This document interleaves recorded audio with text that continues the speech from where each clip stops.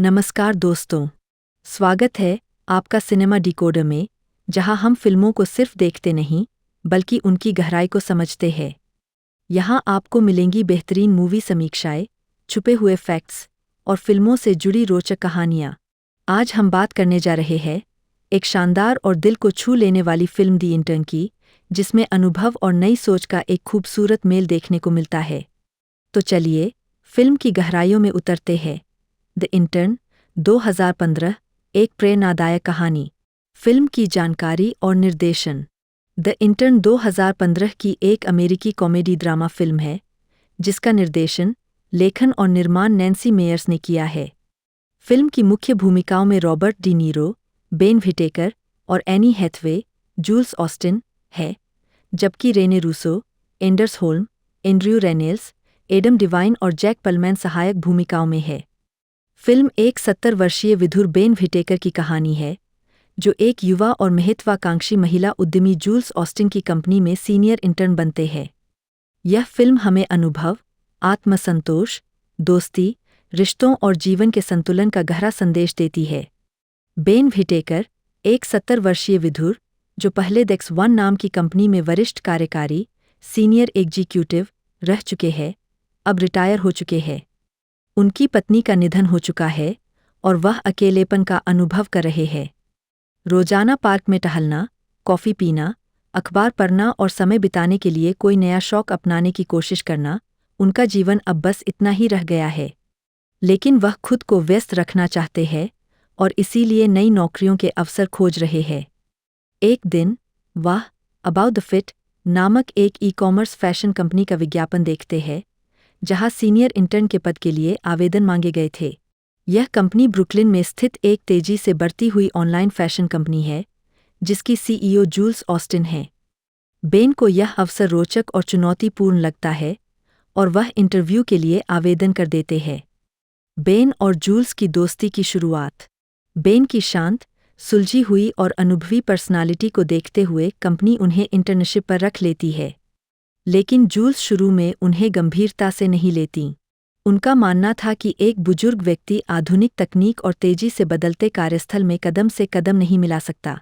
इसलिए वह बेन को नज़रअंदाज करने लगती है और उन्हें कोई जरूरी काम नहीं देती। हालांकि बेन का मधुर स्वभाव, अनुशासन और कार्यकुशलता धीरे धीरे उन्हें कंपनी के बाकी कर्मचारियों के बीच लोकप्रिय बना देता है। एक दिन बेन ऑफिस में जूल्स की डेस्क को व्यवस्थित कर देते हैं, जो काफ़ी अस्तव्यस्त थी। जब जूल्स यह देखती है, तो उन्हें पहली बार एहसास होता है कि बेन के पास सिर्फ अनुभव ही नहीं, बल्कि व्यवहारिक समझदारी और अनुशासन भी है। बेन का समर्पण और कंपनी के लिए योगदान। एक दिन बेन यह नोटिस करते हैं कि जूल्स का ड्राइवर अक्सर शराब पीकर गाड़ी चलाता है। जब एक दिन ड्राइवर नशे में होता है, तो बेन खुद जूल्स को घर छोड़ने के लिए आगे आते हैं। पहली ही ड्राइव के दौरान बेन जूल्स से कुछ व्यक्तिगत सवाल पूछते हैं, जिससे वह असहज हो जाती है। वह अपने वाइस प्रेसिडेंट कैमरन से कहती है कि बेन को ड्राइवर की भूमिका से हटा दिया जाए। लेकिन अगले ही दिन, जब जूल्स को डोरिस नाम की नई ड्राइवर दी जाती है, जो गाड़ी सही से नहीं चला पाती, तो जूल्स को बेन की काबिलियत का एहसास होता है। वह उनसे माफ़ी मांगती है और अनुरोध करती है कि वे दोबारा ड्राइवर बन जाए। धीरे धीरे जूल्स को यह महसूस होने लगता है कि बेन सिर्फ एक इंटर्न नहीं, बल्कि उनके जीवन के लिए एक मार्गदर्शक भी है। बेन का सहयोग और जूल्स की पारिवारिक परेशानियां। बेन केवल जूल्स की कंपनी के कर्मचारियों की मदद करने लगते हैं, बल्कि वह जूल्स की पर्सनल लाइफ में भी एक अहम भूमिका निभाने लगते हैं।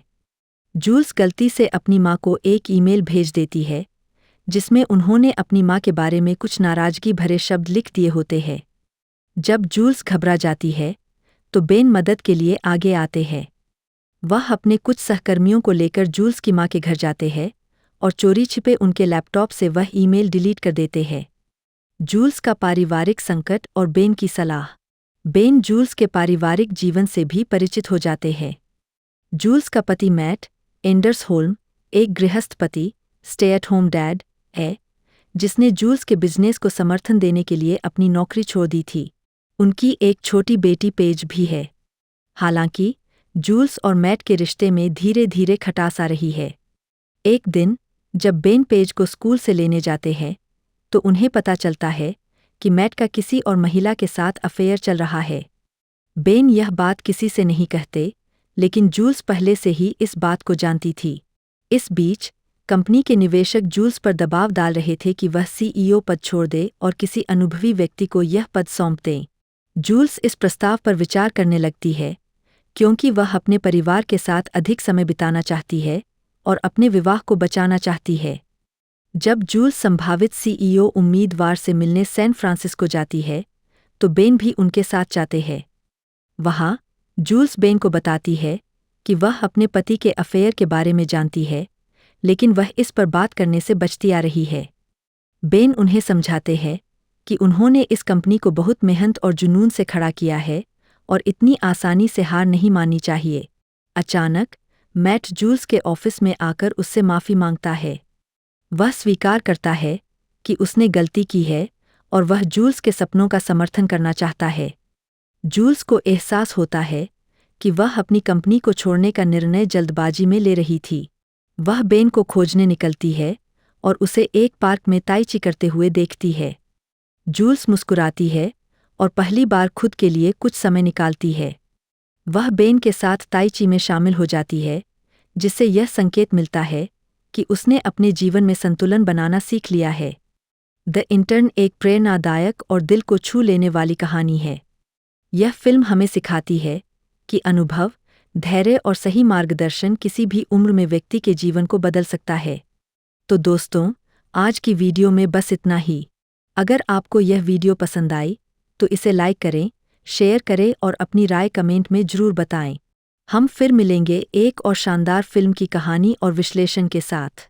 तब तक के लिए, अगर आपको हमारी मेहनत पसंद आ रही है और आप फिल्मों की दिलचस्प जानकारी चाहते हैं तो अभी हमारे चैनल सिनेमा डिकोडर को सब्सक्राइब करें और हाँ, बेल आइकन दबाना न भूलें ताकि आपको हर नई वीडियो की अपडेट सबसे पहले मिले।